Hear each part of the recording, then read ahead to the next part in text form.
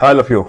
तो आज की जो हमारी टॉपिक है that is public sector bank, जिसे हम सरकारी बैंक एक अमूमन एक आम भाषा में अगर बोला जाए तो हम बोलते हैं सरकारी बैंक, जिसे हम पब्लिक सेक्टर बैंक बोलते हैं। आपसे पूछा जाता है how many public sector bank in India, या फिर आप जिस बैंकिंग की प्रिपरेशन करते हैं तो आपका जो मेन एम फोकस होता है वो ये होता है कि आप उस बैंक में पहुंच जाएं जो गवर्नमेंट की बैंक है, सरकारी बैंक है, मतलब you want to become government employ.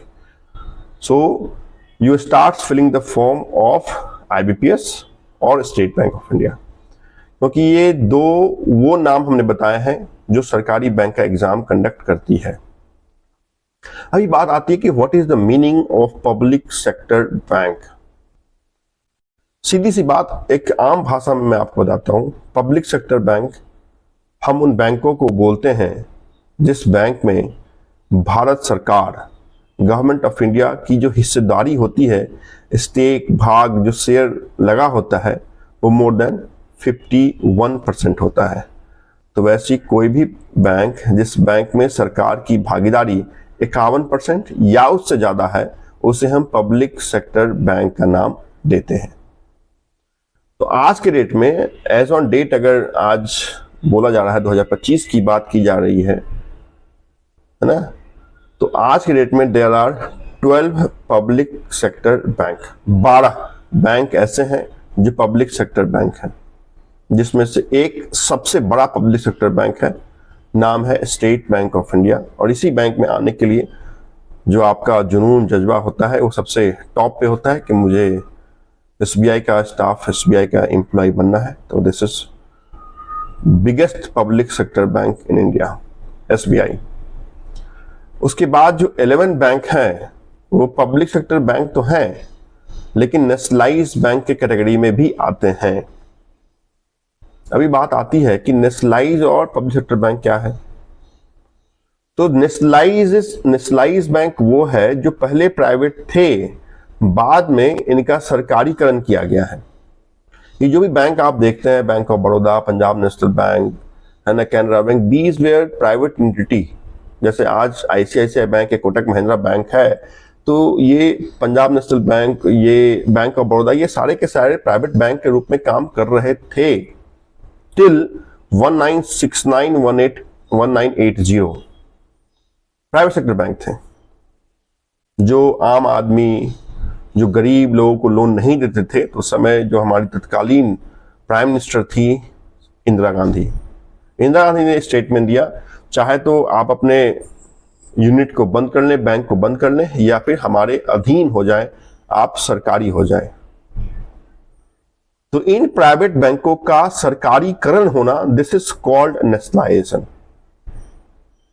Clear. और भारत में आज तक बैंकों के नेशनलाइजेशन सिर्फ 2 ही बार हुए हैं, और दोनों बार जिसने नेशनलाइजेशन किया उनका नाम था prime minister Indira Gandhi. First was in the year 1969, 19th of July 1969, और दूसरा था 15th ऑफ अप्रैल 1980। तो यही वो 2 नेशनलाइजेशन के फेज हैं, पीरियड हैं, जिस पीरियड में पहले बार में 14 बैंक, दूसरे बार में 6 बैंकों का नेशनलाइजेशन किया गया है। क्लियर। उसके बाद मर्जर हो गए है ना, उसके बाद कुछ बैंक किसी के साथ मिल गई 2017 में, 2019 में, 2020 बैंक। तो ये 20 जो थे वो घट के आज के डेट में मैंने बताया कि 11 हो गए हैं। 20 नेशनलाइज थे, आज के डेट में 11 नेशनलाइज हैं। उस समय 21 पब्लिक सेक्टर बैंक थे, आज 12 पब्लिक सेक्टर बैंक है। तो ये जो 11 पब्लिक सेक्टर, ये जो 11 नेशनलाइज बैंक और हैं जो पब्लिक सेक्टर बैंक भी हैं, वो नाम मैं आपको बता रहा हूं। तो यहां तो ये आप जान गए कि public sector banks are 12, nationalise banks are 11। All nationalise banks are public sector bank also. तो 11 प्लस एसबीआई 1 तो हो गए 12 पब्लिक सेक्टर बैंक। कौन कौन से ये 12 पब्लिक सेक्टर बैंक है? तो इसमें से एक तो सबसे बड़ी बैंक है पब्लिक सेक्टर जो स्टेट बैंक ऑफ इंडिया है। उसके बाद जो 11 नेशनलाइज बैंक का तालिका है वो इस तरीके का है, जिसमें पंजाब नेशनल बैंक है, जिसमें आपका बैंक ऑफ बड़ौदा है, कैनरा बैंक है, यूनियन बैंक ऑफ इंडिया है, इंडियन बैंक है, बैंक ऑफ इंडिया है, सेंट्रल बैंक ऑफ इंडिया है, इंडियन ओवरसीज बैंक IOB है, यूको बैंक है, बैंक ऑफ महाराष्ट्र है and Punjab and Sind bank है। तो ये मैंने पूरी तालिका आपको बता दी कि ये 12 पब्लिक सेक्टर बैंक आज के डेट में फंक्शन काम कर रहे हैं।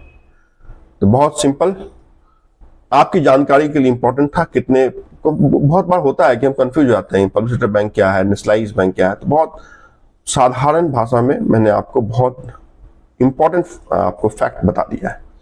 तो आज के इस वीडियो में इतनी ही बात हम करेंगे कि हमारे पास टोटल पब्लिक सेक्टर बैंक कितनी है, नेशनलाइज्ड बैंक कितनी है, कितना था, that is different, that is a part of nationalization of banks topic we will cover later on. Thank you so much for watching.